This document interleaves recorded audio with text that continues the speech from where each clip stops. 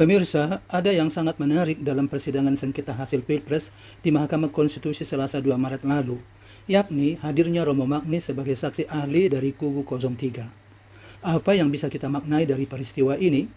Saya pikir ada dua pertanyaan yang bisa kita ajukan atas peristiwa yang langka ini.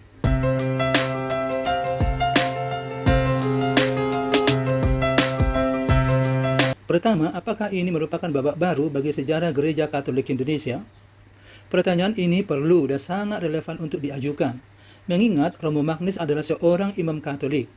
Dia juga adalah seorang tokoh yang sangat disegani, tidak hanya dalam lingkup Gereja Katolik Indonesia, tetapi juga lingkup nasional. Buah pikirannya tentang wawasan kebangsaan didengar banyak orang, termasuk oleh para politisi, pejabat pemerintah, dan tokoh-tokoh nasional lainnya. Selama ini yang kita ketahui adalah bahwa Gereja Katolik Indonesia sangat menjaga jarak dengan politik praktis. Hal ini disebabkan Gereja Katolik Indonesia menerapkan prinsip bahwa gereja harus berada di atas semua golongan, termasuk kelompok politik apapun.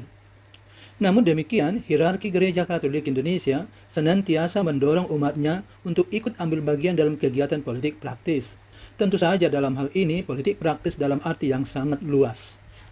Hal ini disebabkan hierarki gereja juga menyadari bahwa nilai-nilai Katolik yang universal melalui umatnya dapat di-endorse dalam kehidupan berbangsa dan bernegara, yakni nilai-nilai yang menjunjung tinggi etika dan moral dalam menjalankan roda pemerintahan, kegiatan berpolitik, dan kegiatan sosial lainnya.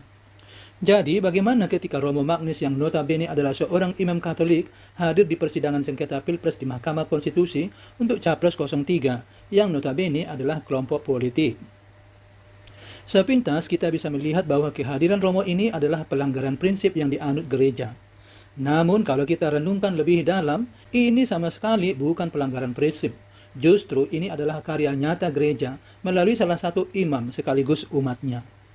Dengan kehadiran Romo ini, gereja ingin memberi kontribusi yang nyata demi meluruskan hal-hal yang dianggap bengkok dari penyelenggaraan negara. Kita malah berharap agar lebih banyak lagi imam-imam seperti Romo Magnis ini yang berani menyuarakan kebenaran di hadapan publik secara formal.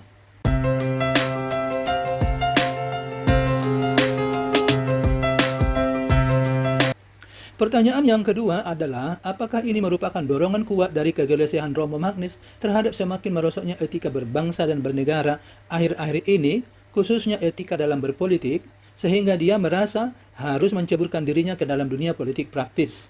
Sudah menjadi pengetahuan bersama bahwa akhir-akhir ini telah terjadi kemerosotan moral dan etika, khususnya di kalangan pejabat negara dan politisi. Menjelang pemilu telah terjadi berbagai macam manuver politik yang menciderai perasaan warga negara, mengabaikan etika, dan menonjolkan kepentingan pribadi.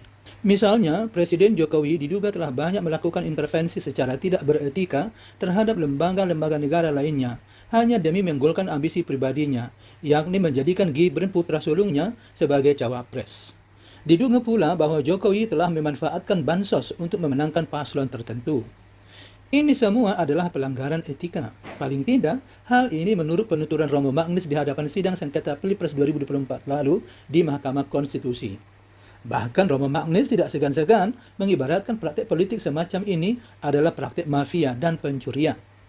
Kita harus acungi jempol kepada Romo Magnis yang mau dan berani tampil sebagai saksi ahli di Mahkamah Konstitusi. Paling tidak, kita masih ada orang-orang yang berintegritas yang mau menjaga etika dan moral bangsa demi masa depan negara kita ini. Baiklah pemirsa, demikian diskusi kita kali ini. Kita berjumpa kembali pada video-video berikutnya. Thank you very much for watching. Goodbye and take care.